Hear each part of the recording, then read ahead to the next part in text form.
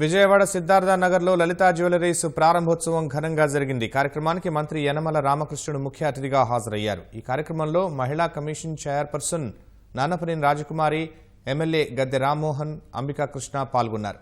4 అంతస్తుల భవనంలో కొలువుదీరిన లలితా జ్యువెలరీస్లో అత్యాధునిక మోడళ్ల బంగారు, వజ్రాభరణాలు వినియోగదారుల్ని ఆకట్టుకుంటున్నాయి.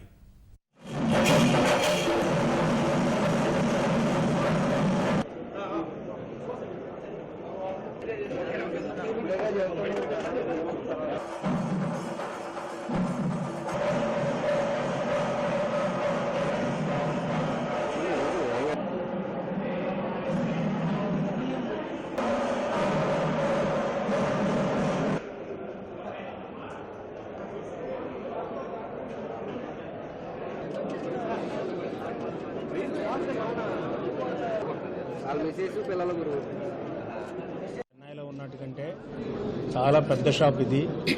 చాలా బాగుంది. నేను అన్ని షాపులు చూశాను. రాష్ట్ర ప్రభుత్వం కూడా ఇటువంటివన్నీ కూడా ఎంకరేజ్ చేస్తున్నాం. ఎందుకంటే ఎకనామిక్ యాక్టివిటీ ఉండాలి. ఎందుకంటే ప్రతి మనిషి కూడా కనీస సంపద సంపాదించినట్లయితే తాను సంతోషంగా జీవించడానికి కావాల్సినటువంటి ఆ ఏర్పాట్లు కూడా ప్రైవేట్ రంగంలో ఉండాలి, ప్రభుత్వ రంగంలో ఉండాలి. ఆ విధంగా ఇటువంటి పెద్ద షాపులు వస్తే మీరందరూ కూడా కొనుక్కుంటే జీఎస్టీ పడితే ఆ జీఎస్టీ మీద రాష్ట్ర ప్రభుత్వాలకి, కేంద్ర ప్రభుత్వాలకి రెవెన్యూ వస్తుంది.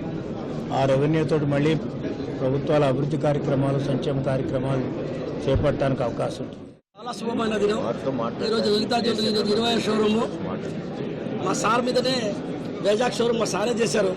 ఈరోజు కూడా సార్ టైం లేదు, ఎట్టైనా 5 మినిట్స్ వస్తాను, తొందరగా వదలాల కండిషన్. ఓకే సార్ అని చెప్పిన. లలితా జ్యువెలరీ ఈరోజు నుంచి శుభారంభం.